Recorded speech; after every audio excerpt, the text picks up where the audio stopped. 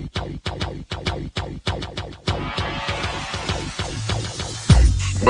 to the Odds Breakers, number one place for shared, sharp betting information. Welcome back to podcast 13 of 2020. I'm your host, Kiev O'Neill. You can follow me on Twitter at OBKiev. Follow us at The Odds Breakers or follow us on social media / The Odds Breakers. This episode is being brought to you by MyBookie.ag. For a 50% sign-up bonus, please visit MyBookie and use the promo code The Odds Breakers. Terms and conditions apply. If you'd like to help us out with our costs, sponsor the podcast, we would love to help you out. Please visit theoddsbreakers.com, click shop, and become a member. For $17.99 a month, you can get my plays and premium plays before the line moves. For $2 more, you can get all that and become a patron subscriber. Get the podcast a little bit early. And if nothing else, please visit theoddsbreakers.com and become a free picks newsletter subscriber.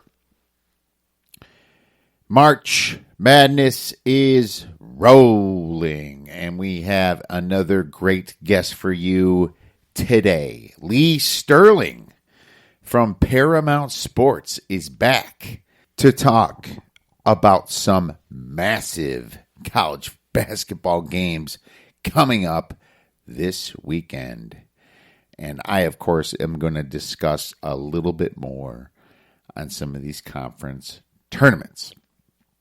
Before we get into that, I want to remind you that we are doing our NCAA Tournament Challenge again, sponsored by the Odds Breakers and all the premium members. First place is going to get $250, second place $150, and third place will be $50. Absolutely free to join. Please be checking our website for the invite. Obviously, Selection Sunday is not 4, 9, or 10 days yet, but we want to have that out to you soon. So be checking. It should be in the top of the page, possibly if not in the featured section. It will be in the very next section down. So make sure you check that out and get in to win for some free money. All we ask is you give us a 5-star review or retweet the podcast. Just send a quick screenshot to admin at the Odds Breakers. There has been some changes in our Big Ten power rankings, and the number one team is Michigan State, and they deserve it. They beat Maryland, and they didn't only just beat Maryland, they also beat Penn State down the stretch.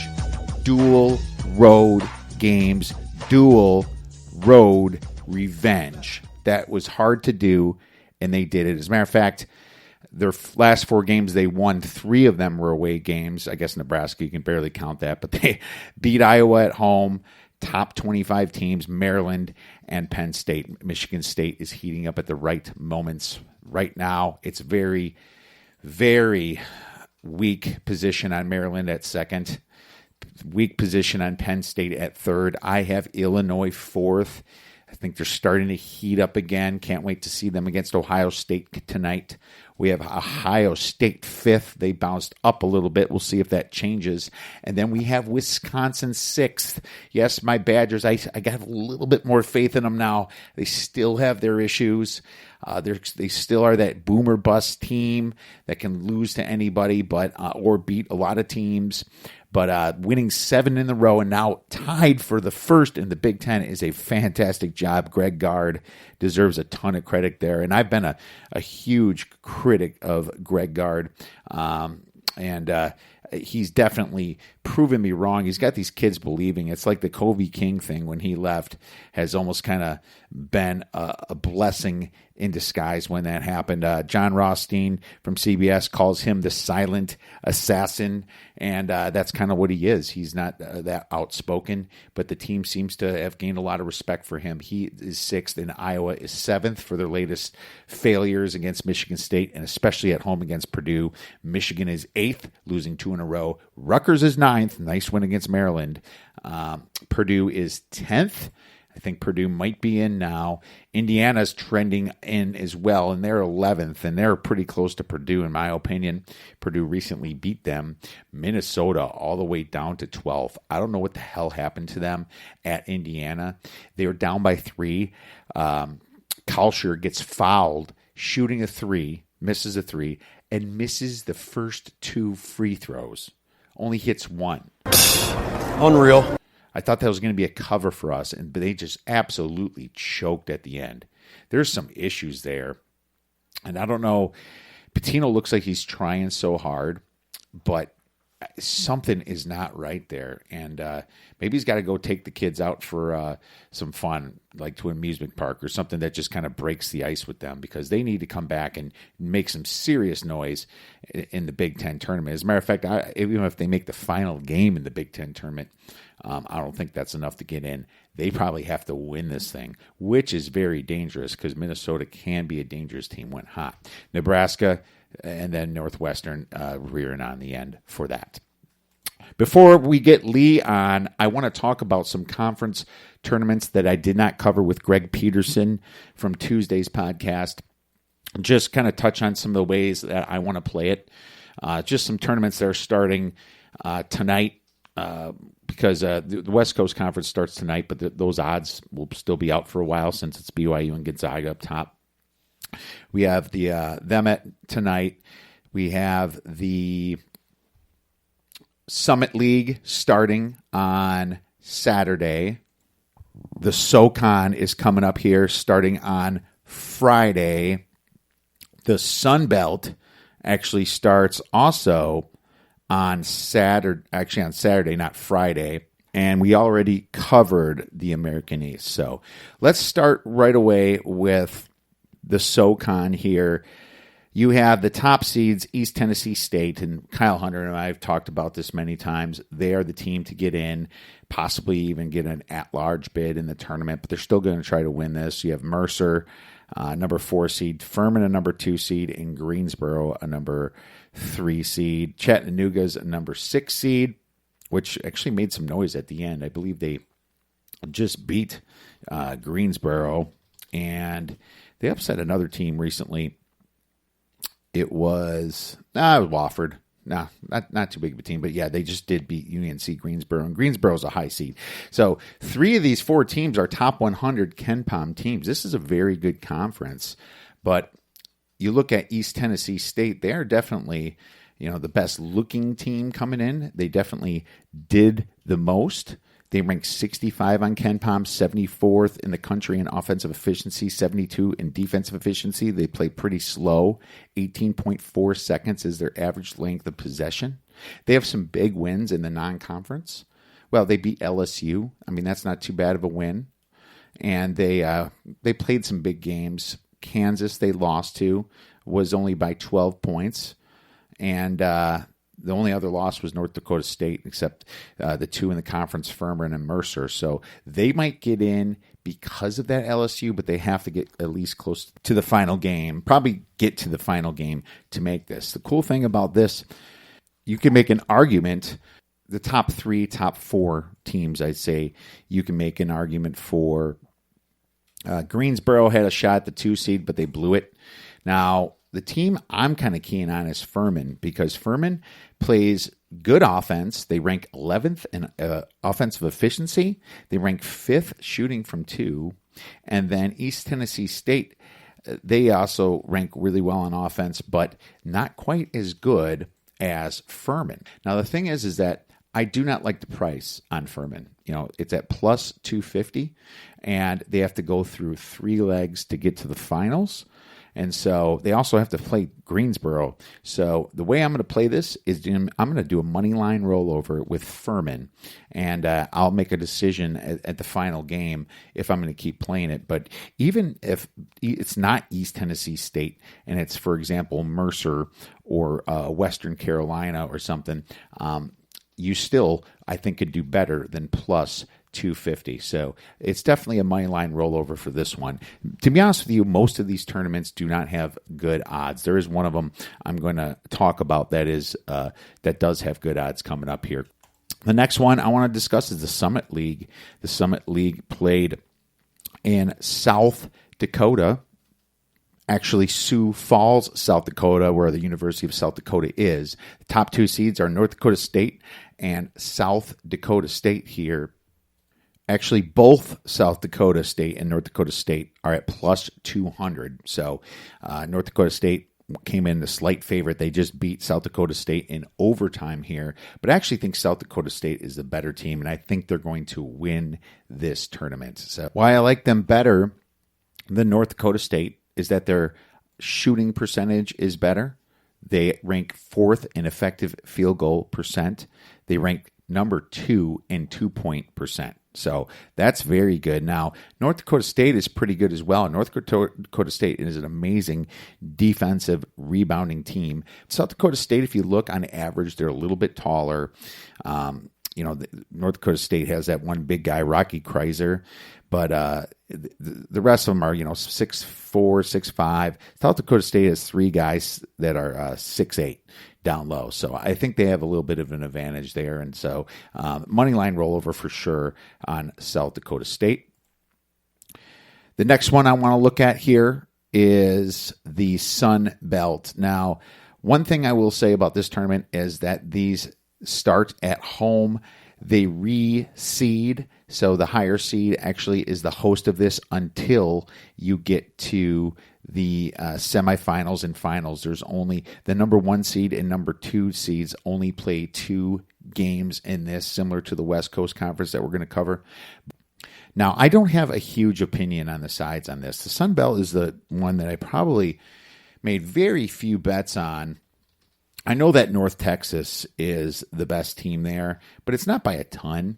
North Texas ranks 96th on KenPom, but then you have Georgia Southern at 136, UT Arlington at 123, South Alabama at 160, Georgia State at 111. They're all really bunched there. So if you want, maybe just take the best odds out of the bunch. I haven't made a decision yet if I'm going to be playing this one. We're going to see where the odds exactly lay out, and I'll possibly do a little bit more research on it before. But the last one that I do know a little bit about here is the West Coast Conference, and there still should be some odds up about this. This tournament here is played in Las Vegas here.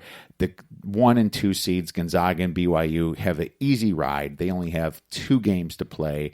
They play on Monday, and then the championship is on Tuesday. And, it's pretty crazy that the top 2 seeds in these tournaments get such an easy ride. You got St. Mary's there. They have that one extra game that they'll probably be playing like Pepperdine or Santa Clara or something like that. I don't think Portland's going to get in. But one thing I will say is that BYU is a good play at plus 350, maybe plus 300. I found it at plus 350, and I put a little bit in it. The reason that is that they're going to be laying about minus 200 against St. Mary's, or worse if it's someone else, and then they'll probably be laying only plus 200 against Gonzaga. If you look at it and you did a money line rollover, that might even be short of your plus 350 that you'd get for them to win. Now, also what you're protecting yourself from is you have to remember to keep betting money line rollovers every single day.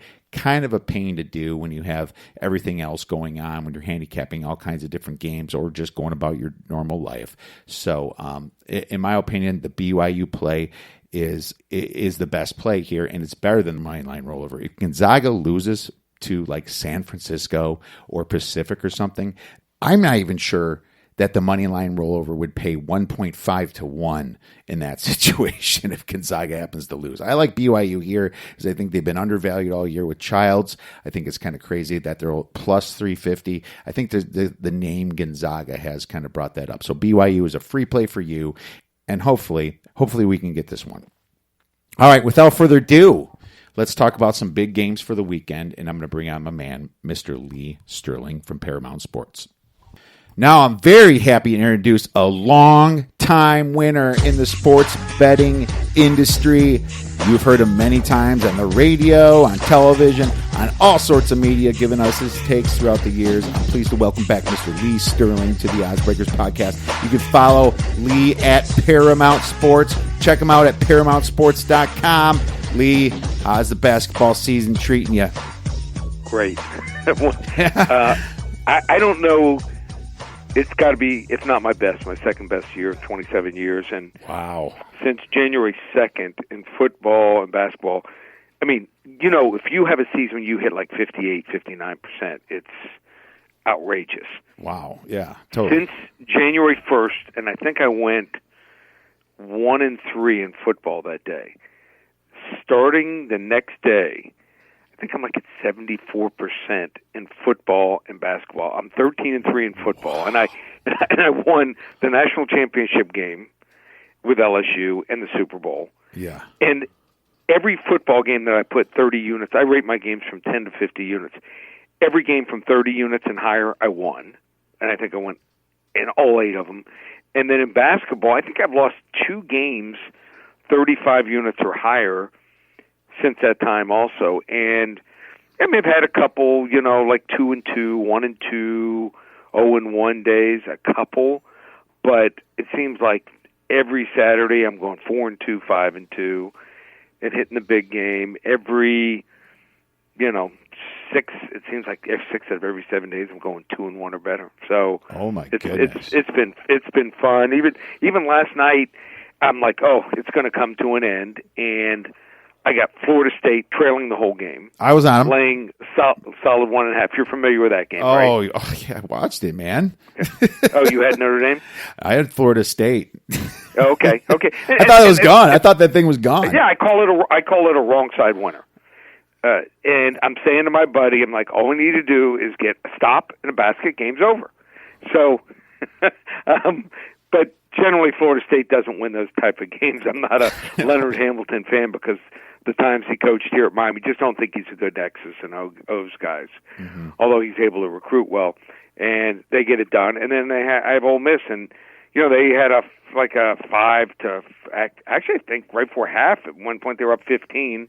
They squandered. It was tied with maybe 5-6 minutes to go in the game. I'm laying 4.5, and I think they won by 7, 8, something like that. So just pulled away late with free throws and hitting shots. So everything went my way and ended up going 3-1. And I could have been very easily 1-3. Oh, but that's how life is, man. And there's been plenty. Right, and when things are going bad, it seems like you remember every single one of those you lose. You lose 90% of those games. Man, you know, I started out like all to the green, and then everything went red by the end of the game on Saturday. In the beginning, I dug myself out of it, but it was, it's just one of those days. You know, you think you're going to win this, like on Saturdays, you want to win.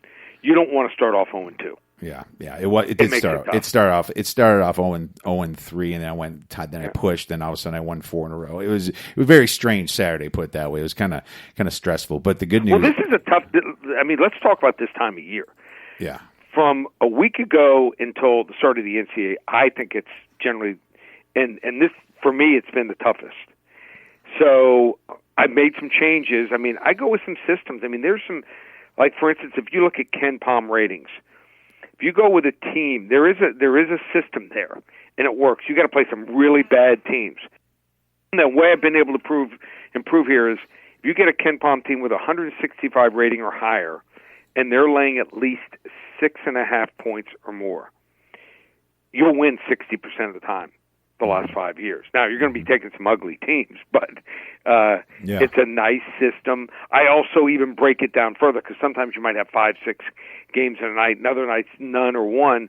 But I look at some other things like, you know, what happened in the first game. I love it when a real good team goes into another opponent's gym and they win, and then they're coming home and they're laying like 8, 9, 10 points. And, you know, what happens? You know, you see a close game, and why? Because, you know, it's right before the tournament. These teams, you know, do you really think like a Duke or some of these other teams in the top 10? You think it's that?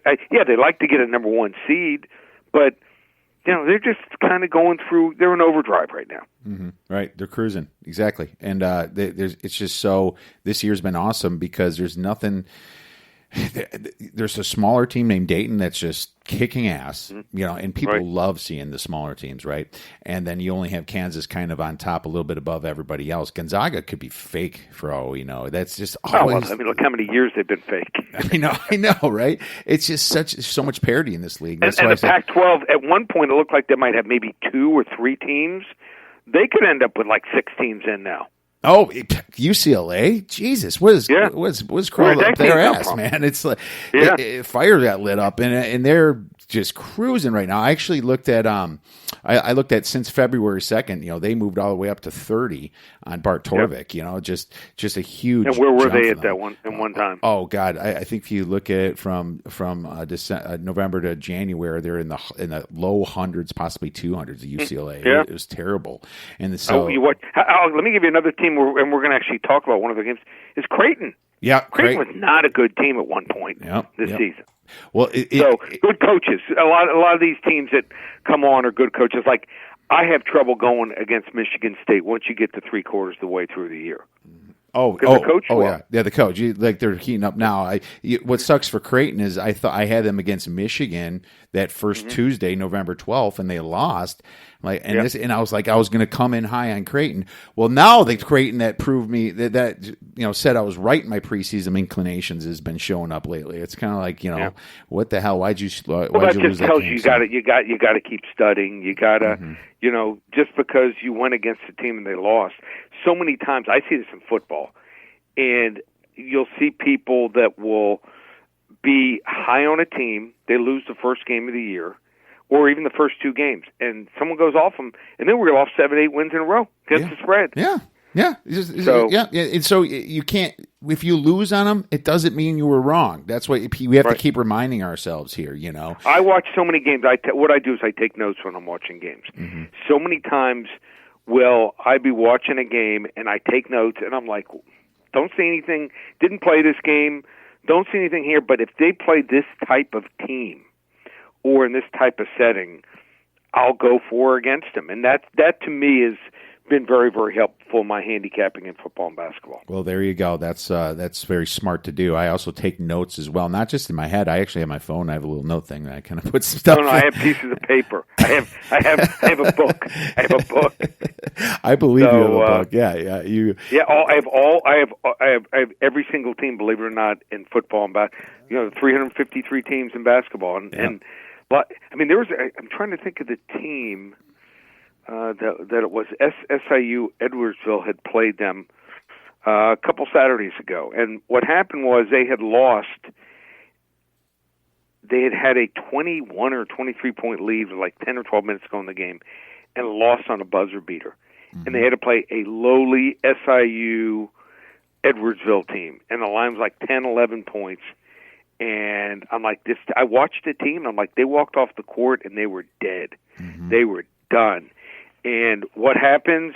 SIU Edwardsville's losing by like 14 or 15 and a half, come back and led with less than a minute to go, lose on a last-second shot, but we're getting 10, 11 points. Mm-hmm. So it was one of the easiest wins that I'll ever have, and it was just based on watching a team and seeing that they were done. Yeah. They had absolutely nothing at all left, and it was Murray State who was the team. The opening line was, I think, 11 and a half, and I'm like, let me bet this as soon as possible. Closed at like 10, but it was gift wrapped. Sometimes you can read a team and a loss can really take them out, and they never recover. Yeah, absolutely. The Murray State, they are the number 2 seed, I believe, in that conference. But that's sometimes just like you. Now they are starting to get their footing now, but for a couple games they were lost. Yeah, they lost to Belmont, then Tennessee State they won. They lost to Austin Peay. And then Morehead State they won in Eastern Illinois, and that's when you jumped on Edwardsville, and they only 1 point difference, so very sharp there. They were kind of defeated at that point because they went on like a 10-game run before that, so very good, very good. Well, speaking of a lot of these teams, since there's so much parity, I'll tell everyone right now, don't you play a future bet unless you're getting 50-1, in my opinion. But do you play conference futures or NCAA futures? I do, and let me give you an example. The Big Ten is so wide open. Right now, Maryland's winning the conference. They're top. Yeah, they're tied with Wisconsin. Right now, maybe the team playing the best basketball is Rutgers. Maybe Rutgers did beat Maryland. Rutgers has not won away though. That's been their. I think it was Nebraska. But you know what? They're a different team right now. I know. They won win in conference away. I know. But sometimes you just throw that out, and the team just starts believing themselves. The only team that I think is horrendous, and if they somehow make it because let's say they win their last game and they win a couple games in the tournament, is Purdue. When they win games, I shake my head. But even like in Indiana, you can make a case for them maybe being in the tournament if they go on a little run here. But some teams like that, I think that's the most wide open conference, and a lot of those teams will be gone first round. So the other craziest thing is the ACC. So you've got a team, North Carolina, that right now is sitting in 13th place out of 15 teams at 6-13. Played Duke, they'll probably lose, right? They're getting 14 points in the game on Saturday, and so they'll probably be 6-14. They'll be 14th or 15th. I will probably play them. I'll put something down on them to win the conference. 100%, because they're kind of catching some heat, and they had some. And this was all about part of my handicap for the game when we get to that game. So we'll talk a little bit about North Carolina. I totally get what you're saying. There's not it's a crazy. Huge, there's not a huge you can difference. make a case for them being maybe as good as anyone when they're healthy. Yes, exactly. And they came in as a top 10 team, didn't they? Top 11 or something like that? Yeah. Can you imagine having to play them? Let's say let's look at the bottom of the Atlantic Coast Conference. They could end up, the second round playing. They could end up playing, a Duke or. Probably not a Duke, but they could play a Clemson or Syracuse, which needs the game to get into a tournament, and that could be one of the most interesting games out there. So the only problem is North Carolina's going to have to win 5 straight days. That's the toughest part. They got to play Tuesday and Wednesday, Thursday, Friday, Saturday. On Thursday, they could face a team that hasn't played a game yet. I can't wait to take a look at them, at least from a game-by-game basis, right? I can't wait to take a look at them because they're so desperate. That just might extra gear could show up for them. Now, I'm hoping everybody doesn't think that way, but you might get a better. But it could be shades of Syracuse. Remember when they won it all? Yeah. Yep. 1 year. Yep. It could be just like that. And was that with Melo? That might have been with Melo. Yeah, that might have been. They made some Final Fours when they weren't supposed to too recently. They were a bubble. Everyone's like saying they shouldn't have been in, and they made a Final Four 5 years ago, 6, 7. I don't know. Time flies, man. One thing I'll say about the Big Ten is there's not that big of a difference between Maryland and, like you say, Indiana, Rutgers, the 10th rated team in the Big Ten. The distance in power rank is very slim. So if you're going to get 50 to 1 on them, I would look at that way before I would take Maryland at 5 to 1. I'll tell you that for sure. So I mean, this thing is up in the air, and I'll be talking more about that a little bit next week when that thing is seeded and talk about how to play those games. But for the sake of time here, let's get into a few games, Lee. And we're talking bubble teams here. I think this first team that I'm going to bring up, Wake Forest versus NC State. NC State is a bubble team, but they can fall off here. Now, I'll tell you, I'll be honest with you right now. I hate it when I try to predict motivation. I look at upside and I see if the spread's right. I was wrong when they played Pittsburgh last week. Pittsburgh's got their ass kicked from North Carolina. And, I looked at it as like, man, North Carolina's, maybe, I was like kind of a fluke. But now you see North Carolina next 2-3 games, they're really good. Now, I'm like, why did Pittsburgh try that game? But NC State comes out a little flat. They won the game by 4 points. They did not cover my spread of, 7.5, 8. I had a decent number on it. I think it closed at 9. They didn't cover my spread. But now I'm looking at them playing Wake Forest. And if I'm, Wake Forest, Childress is their best player there and future NBA kid. And he had a couple games where he did nothing in the first half. Right. The second half, or just even overtime, where he lit it up. You know what? In this game, I probably wouldn't even look at the game. If I had to take a side, I'd take North Carolina State. But how about this? Wake Forest, the total on this game projected at 149. Last 4 games, they've scored at least 157 points or more. NC State, 7 of the last 8 games, they've scored at least 153 points. The only game under was 148, and that game pushed. Mm-hmm. I see the ACC all the time because I'm here at Miami. I went to the Miami-Virginia game on Wednesday night. Wake Forest doesn't play a stick of defense. No. So I think the over is probably the better play. And I also would probably shade North Carolina State. There you go. And was going to mention, I mean, NC State needs this. Danny Manning, how is this guy? What are you? Is he in his fifth year? Yeah, I think it's like fourth or fifth year at least. No, I think it's fifth year. How does he still have a job? They are terrible. No, I don't know. I definitely don't know that. But he's definitely had some stars there. The expectations are low, but I mean, or not as high as some other schools. But you watch his team; these are not well coached teams. No, they're not. And I 100% agree with you here. The thing I have to say is, why would he want to win this game? So it's not going to improve their seeding. They're playing on Tuesday, I believe. I think it's no matter what Tuesday. I don't think they can get out of it, And why would they press their players from on a Saturday game to play Tuesday? I almost think this could be one of those spots where he gives Childress a rest, and maybe NC State covers the game. Now it's hard to predict motivation, and I was flat wrong about NC State last game. But if the spread's 7 or something, I can see. That spread's probably right, but I can see the upside where NC State could win by 19. Where they can win by 18, right. just in that situation there. So one thing I just watched Danny Manning, and I just think the guy's clueless.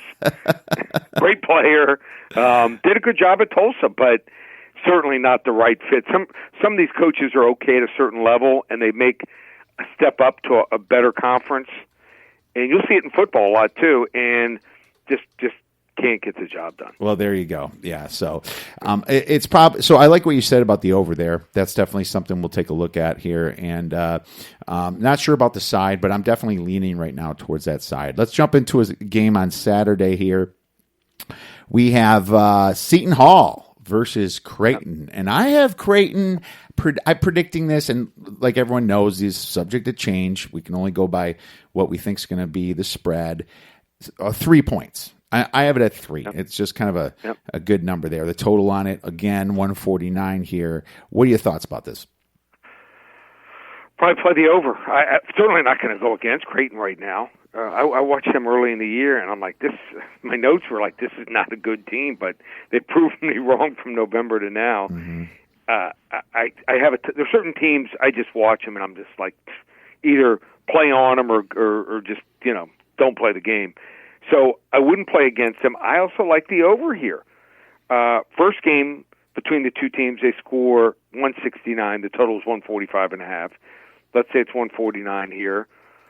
I just think that, when you got guys that are hot, both teams are scoring. First game was up-tempo. Give me the over here. Yeah, not a bad idea. Creighton does play a lot of over basketball. They score a ton of points. They just lost one or two games ago against St. John's, but St. John's shot like 65% or something ridiculous, and that happens here. When those things happen, you just say, "Okay, I lost. That's it."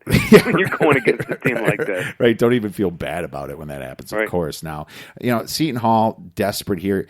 That Nova game, I don't know what it did to their minds. I mean, now they're. Are they tied with Creighton now, I think? I think they are. Yeah. I think they're tied with Creighton. And I think Nova might be tied as well. Nova's got a pretty easy game against Georgetown, let's say. A very hurt and injured Georgetown. Everyone's sitting with 5 losses. I see them, but I wonder if Seton Hall here.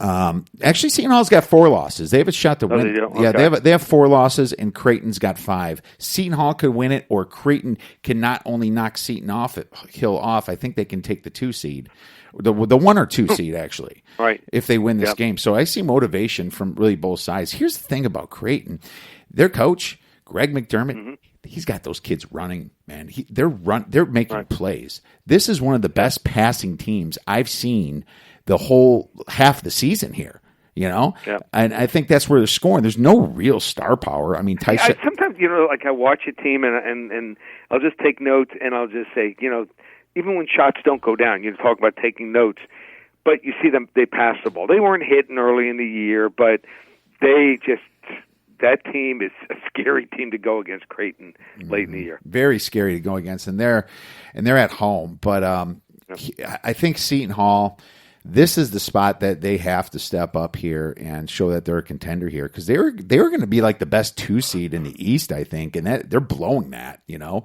And Creighton, they live off that great 3-point shot, but Seton Hall's tall down there.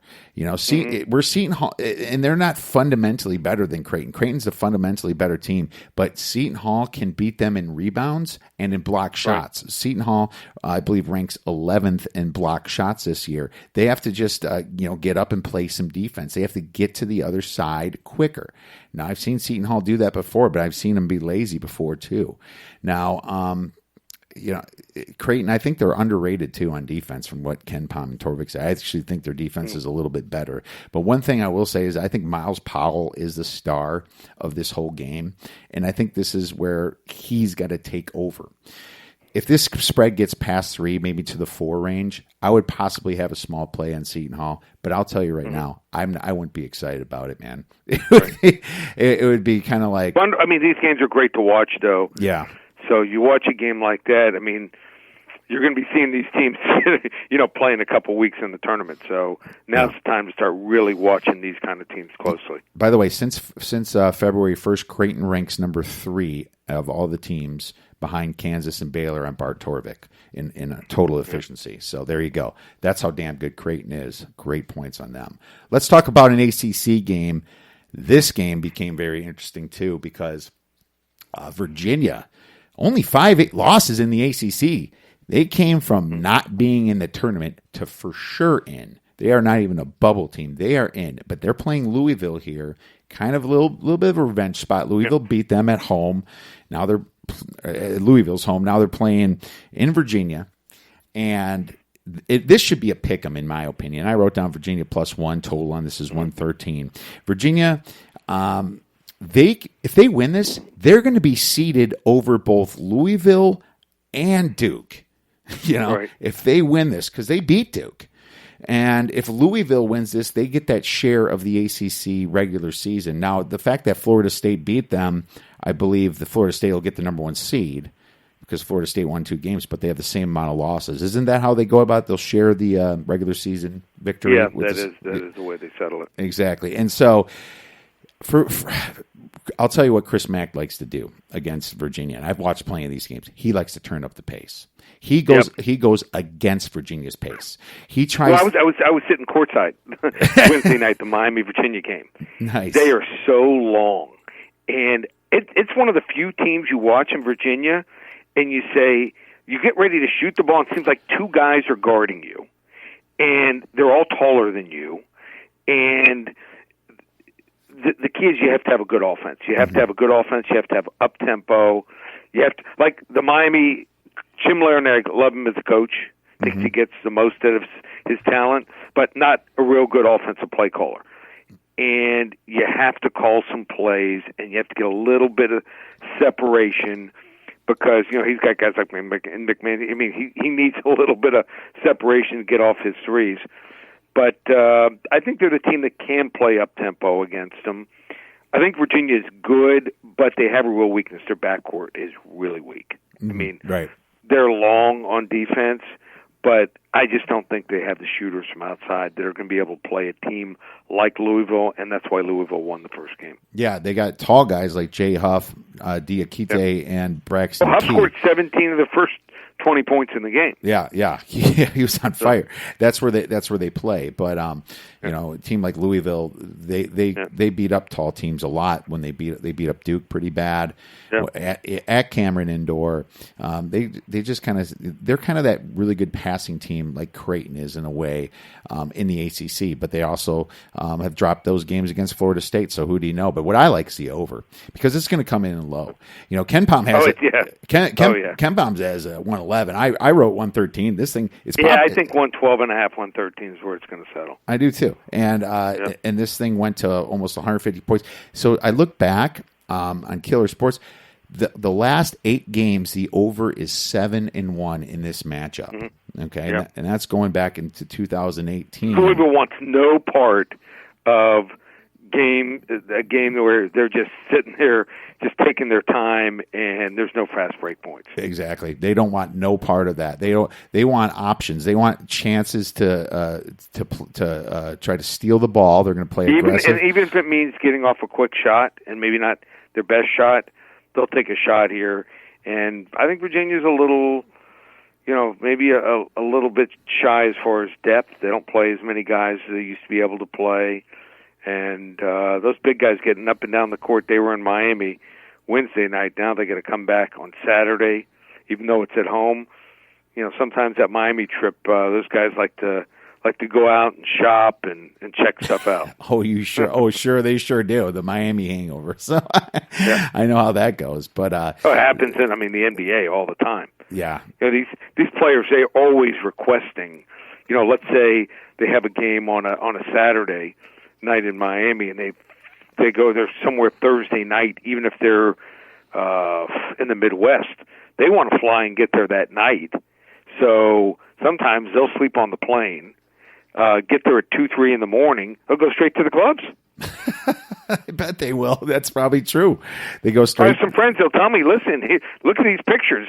There's four guys from one team, 4 starters, and they're out. It may not be the night before the game, but you don't think that they slept in the next day, and just throws you off. They're you getting that type of.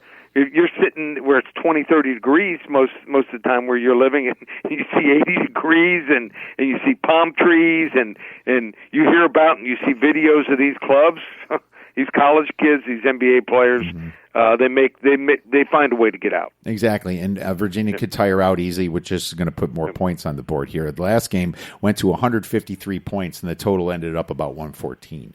So now it's in Virginia. It's going to be a little lower, like you said, 112.5. I do agree with that. So I think the overs for sure. The play here. Plus, it's going to be a pick 'em. I mean, there could be some fouls coming out here at the end. I'm liking it here. So great play on that one. Definitely going with the over, at least a few stars on that baby. Next one I want to talk about is a couple very hot teams, but one's very hot. Pac-12 style UCLA going to USC, rivalry game. UFC is going to be favored by about 6 points, at least in the beginning. We'll see. I think that thing's going to die out around 4.5, 5 personally. If you like UCLA, get it early. Over-under is 134, my man. Whew. Both of these teams are buy on teams, kind of. USC has won 4 of the last 6, and they're very good at home. That's the thing. They're playing a lot better at home. And UCLA winning all of the last 7 games. I think covering the spread in at least most of them. I think that not a big play for me, but how do you not play UCLA here? Yeah, I know. Because USC, I'm watching that game. I watched the game against Arizona State live. A lot of them I'll watch tape. And I just got the feeling that if Arizona State was a little bit better, a little more patient, they could have won that game. And I think USC will maybe succumb to the pressure. They won 74-63 at UCLA. I think UCLA, I don't like, eventually the team's number is going to be up. They're going to not cover, but they're going to be ready for this game. It's that big. It's a rivalry game. 6 points seems like a little bit heavy. I think this is going to be a 1 or 2 possession game. Yeah, absolutely. The way UCLA is playing has been just amazing. Tyga Campbell and Chris Smith, they've come together much better than they started off. They used to turn the ball over a ton. UCLA is second best in the Pac-12, according to Bart Torvik, since February, in the whole month of February, let's say. USC is 5th there, so that's something to look at. If you look at a lot of the recency bias power ratings, it says UCLA is better than USC. But, I got to tell you, this could be an under game. People think it might be over. I'm not sure if I'm going to touch it. I do know that the under is 21-9 with the Trojans this year, even though their pace is above average, so they do play some defense there. But the Bruins are hotter. That thing, anything above 3.5, I'm taking the Bruins. So I think you agree with that one. Next game, North Carolina versus Duke. Duke's going to be laying. I wrote 14 points. They're at home, Cameron Indoor. The total on this one is 151. I think we can come up with a couple plays here, can't we? Oh, I think so. What do you got, Steve? I like North Carolina. I think that just not the same Duke team we've seen from years past. I mean, they've had some blowouts over teams, and I think North Carolina will be ready. I think they're still stewing from that loss in the first game. Whenever you play at Duke, you add a couple points there to the spread just because it's Duke at home, and yeah, they're better. But 14 points, I mean, that just seems like a little too much. I like North Carolina here. Well, I'll tell you what, I do too. And Brandon Robinson and Cole Anthony, their stretches when they were out were opposite of each other for the most part.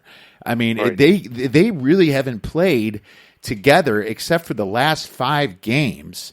And that was part of the reason for their poor performance. But North Carolina is 4-1 against the spread the last 5 games, and Robinson's only been back for 5 games. Duke, they're going to want to win this game, of course, but they also have the tournament to come, coming up here. I think that they can't really take the ACC title now that they had that skid. They're not going to be able to get it because Florida State's going to get it because they're playing Boston frickin' College. So I don't see them losing to Boston College, and I think Duke knows that. So Duke should be okay with possibly losing here because they're going to be sitting behind Louisville and Virginia anyway, in my opinion, or one of them at least, because one of them is going to lose that one. Now UNC, that crazy overtime game. That Trey Jones, that, like you said, is going to be in their mind. They know that they had that game at home, and I think that's going to pressure them because UNC, North Carolina, they're playing with house money. They have nothing to lose. They can only just get better. Their season's starting today. They're fresh. I mean, they have no expectation. They have no pressure here. They're going to be up to this game. This game is always a close one. I think this spread should be 7.5. I mean, I like this a lot. I'm thinking a 3-star play minimum here. So I have to agree with you on that one for sure. One last game to talk about here, Ohio State versus Michigan State on Sunday. And I know that Ohio State plays tonight versus Illinois. And so there's not a lot to say about it. But I'll start here. And we obviously, Lee, have to wait until, this game's over to really have an opinion here. If Ohio State, loses or something, it could change my opinion. But March Madness it's Tom Izzo. Tom Izzo is March. You can just how he coached that last game. Did you see his face get red and almost blow up into a hot air? He almost turned into a hot air balloon and floated like straight up in the air. Yeah, I don't think he's going to hit kids in the locker room, but I'd hate to draw. Having played college football, I'd hate to do something wrong and have to face him because he's intimidating. He is certainly intimidating. Not the biggest guy, but you don't have to be big to intimidate some of these kids. But his kids, always get better. I mean, the funny thing is, there's a team here in Miami, high school team, a private school.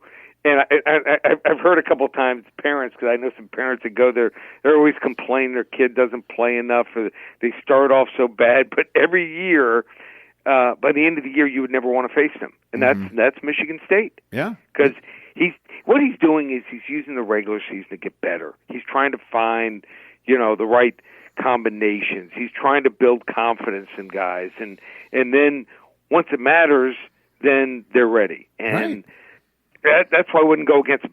I like Michigan State in this game, but I'm probably going to, first of all the games that we talk about, probably going to pass on the game because I think it's going to be near the number. But I will say this, Ohio State, remember, were they number 1 at one point here? Yes, yeah, briefly. Okay. I think they're the most dangerous team in this conference once they get to the tournament, if they get a decent seeding and depending on who they play. They might be a team that I'm going to put in the Final Four, believe it or not. We'll see what the bracket says. Yeah. I am not as high on Ohio State, and I think that the reason that they are number 1 earlier was partially because they beat up a really banged-up North Carolina team. Right. And I think they got a lot of credit for that. They did beat Cincinnati. People thought they were better than they were in the beginning. They did take out Nova, but Nova always takes the time to gel. Another team. Then they take late in the year. Right. I just have a weird feeling that they're going to come together. Right. Kentucky was a big win for them. I like what they did. Yeah. I like what they did at Kentucky, but then they lost 4 in a row in the Big Ten. West Virginia, Wisconsin, Maryland, Indiana. Then won against Nebraska, lost the next 2, but they had some guys injured. They did lose DJ Carton to grades. He had some mental issues, and then hope the kid comes back and hope everything's all good with him. But they still have pretty deep. I really like just a team. I'm just saying, don't sleep on them. Yeah, don't. That's not a team you're going to jump at to try to fade for sure, because Caleb Wesson is very good inside. He's quick with his body size. He's a lot quicker than people think. He gets to the. He's elastic. He stretches to the hole. He definitely does. So I agree with you there. But with Tom Izzo, man, when I saw his last game and him blowing up in rare form, in rare March Madness form, I knew that it was time. And and I watch kids like Aaron Henry and Rocket Watts. They're charging the rim now. Tillman's taking it to people. Like when they lost to Michigan, Tillman's trying to do his little fadeaway hooks and stuff. Where they said no. It looked like the whole team had no confidence. I know. I was like, Tillman, you're huge. Go take it to the rim. Right. Take it against Haas. You can do it. And then he's just kind of fading away, little jumpers and just missing completely. I'm like, what are these guys doing? And then I realized this is just Michigan State, and this is just them during the regular season. Tom Izzo's going to crawl right up their ass, and they're going to start kicking ass. And now the last 4 games were away games. They won 3 of them, and they're against some top teams. Michigan and Penn State. Down big in some of those games. Yeah, coming back. And Cassius Winston's got all the experience that anyone needs. So I'm more afraid of Michigan State in any tournament than Ohio State. Now, I'm just saying a team that almost everyone is sleeping on that might have a run. Yeah, so I don't disagree with that. And I'll tell you this, Ohio State, they're much better than I would have thought midseason right now. They're kind of catching a little bit of heat. One thing I do notice about them, though, at least in the during Big Ten, they're only shooting 40% on the road, and they're amazing at home, 48.7%. So I wonder if that's going to affect them here. I know they can't. How many teams are right? And I can't remember. I don't know the last team that was number 1 in the country at one point, and they're 7th in their conference right now. Yeah, I know. The Big Ten's insane. It's absolutely insane, and that's what makes it so fun. But Ohio State, they're going to be a sneaky team, and I wonder how far they're going to go. But Michigan State, anything below 5, I'll be on Michigan State on this game just because it's Izzo, and that's just the way he rolls, man. You got to look at road records. Michigan State, the best road record by far in the conference, 7-4. I mean, Maryland's leading the conference, tied for the conference lead. They're 5-6 away. Yeah. Wisconsin's 3rd. They're 5-6 away. Yeah, I know. Michigan State's just been a great road team. It's kind of weird that they dropped a few at home, but they're going to get Ohio State here at home, and Ohio State's road record hasn't been quite as good lately either. So. No. We'll see if we'll see where the spread comes out. But I love Izzo in this time of year. It's going to be such a great tournament this year. I mean, the play is not where it used to be because of the one and done. But I think this if you know what you're doing, this can be, and this is one of those years I'm probably going to do 2 or 3 brackets. I'm not doing 1 bracket. You gotta, man. You gotta. What I do is I do a bracket, and then I do a couple other ones, just kind of situations that I still feel strongly about that could happen. Right. There's 32 games the first round, or more actually, because of the Tuesday games. It's just like, so what if you put your heart by one, you talk about it on your podcast, all your shows, or YouTubes and everything, and then you fill out a couple other scenarios, so you can just say, okay, well, this wasn't my main bracket. I'll be in 3. One of them's a $500 pool. I'll be in 2 other $100 pools just because I think I think we might see. This might be the year we may not see a 1 seed there. Yeah. Or you could have a 1 seed and the next seed could be a 4 or 5 seed. Yeah. Could happen. Absolutely, it could happen. Funny thing about Indiana, they're on the bubble. they could win this Big Ten tournament because they're more desperate. They're the kind of North Carolina of the Big Ten, almost in a way. You know, they're starting to heat up right now a little bit, and they're. And in last year's, you couldn't say that about conference tournaments. Right. Last year's it was pretty much cut and dry. So there you go, my man. So great doing the podcast with you as always, and let's maybe touch base right before they tip it off. Absolutely. And how can our listeners benefit from your stuff, bud? Just check out the website, ParamountSports.com. Also follow me on Twitter at Paramount Sports, and the number here at the office, you want to give me a ring, 800-400-9741, 27th year in business. And, you know, a lot of guys out there using fake names and telling you, they're hitting 85, 90%. This is the greatest. It's a little over 2 months, and I'm hitting like 74%. It has never happened before.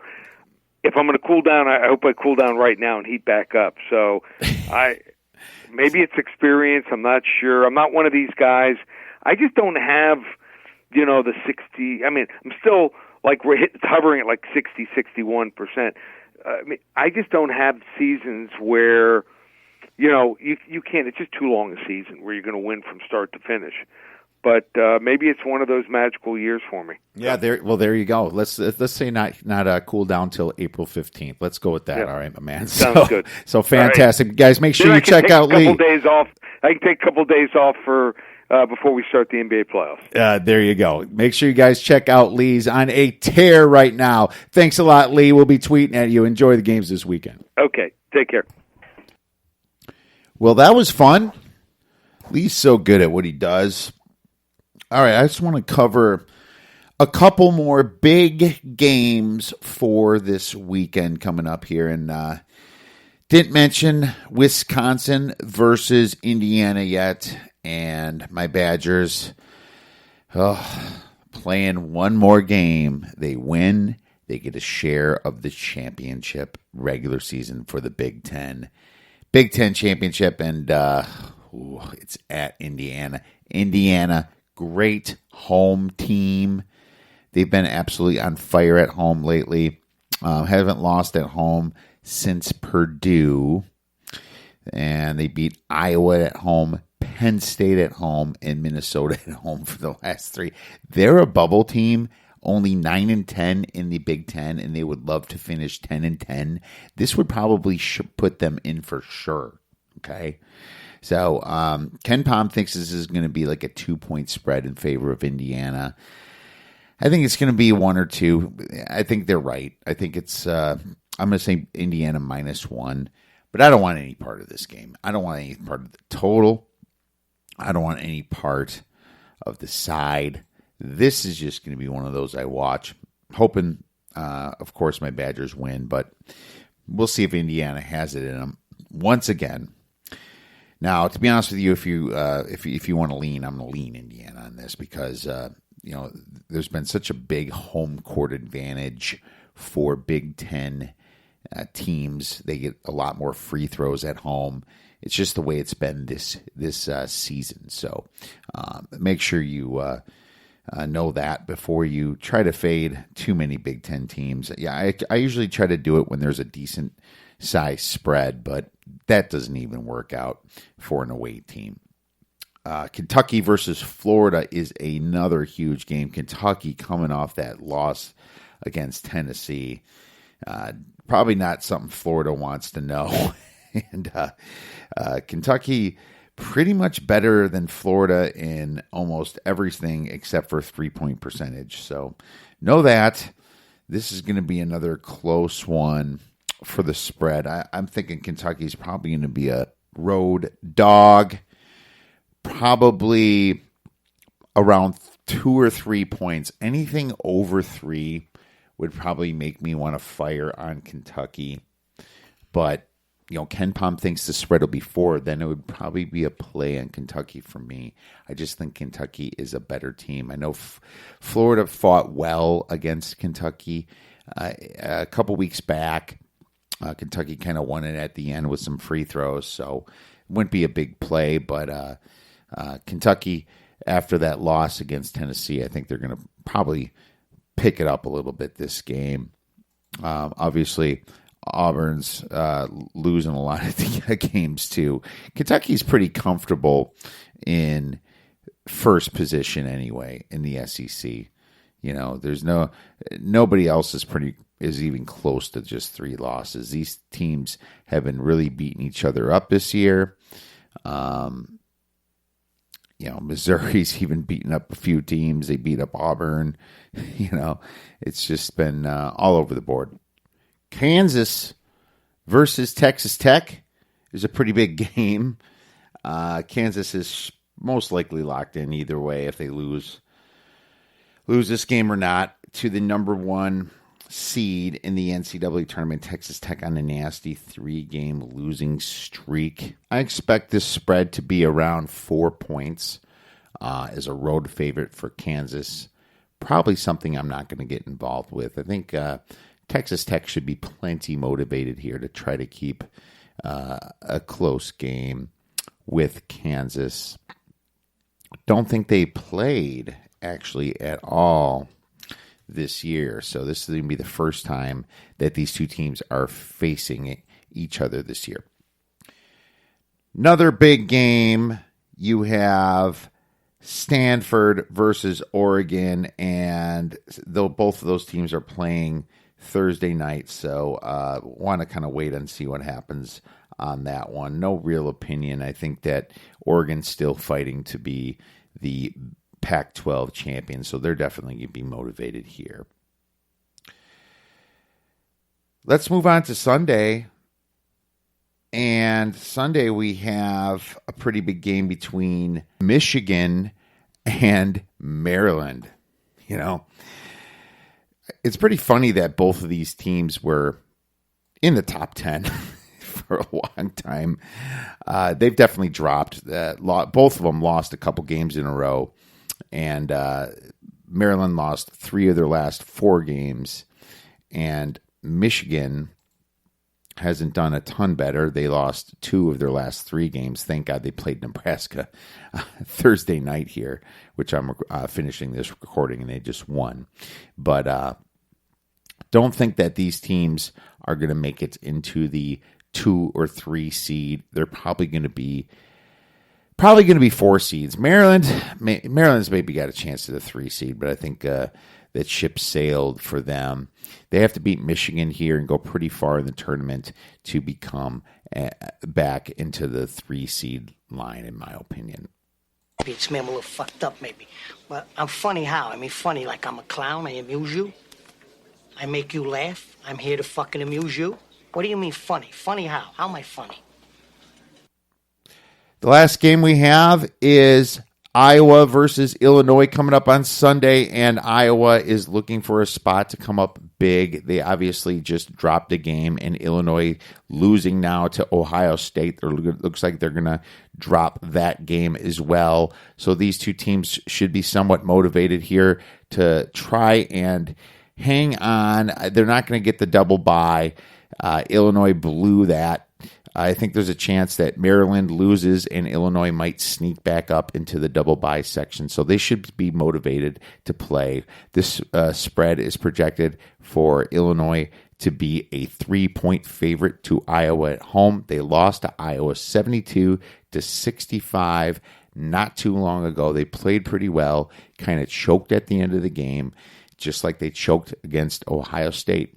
But being at home is a different story here. And so you're going to see a very motivated Illinois team and a very motivated Iowa team. So the spread looks like the total's looking like 145, I believe. I don't have a huge opinion on the side. Iowa still plays really fast. Illinois can score. This could be a shootout here, but if anything under 3, I would probably lean to playing Illinois. Could be a play under 3. So I'm not there yet. Haven't done a ton of research on this game. But one thing I do know is Illinois has been suffering from 3-point land. They've been shooting pretty bad from there lately. And Iowa has actually shot the 3 pretty good this year. So this is going to be an interesting game. we'll see which one of these two prevail. All right, my friends, thank you so much for listening to this podcast. Really appreciate it. March Madness is the funnest time of year. Please let us know if you have any questions. Feel free to treat us at the Oddsbreakers or contact us via the website. Have a great time watching these games, and remember to go get some winners.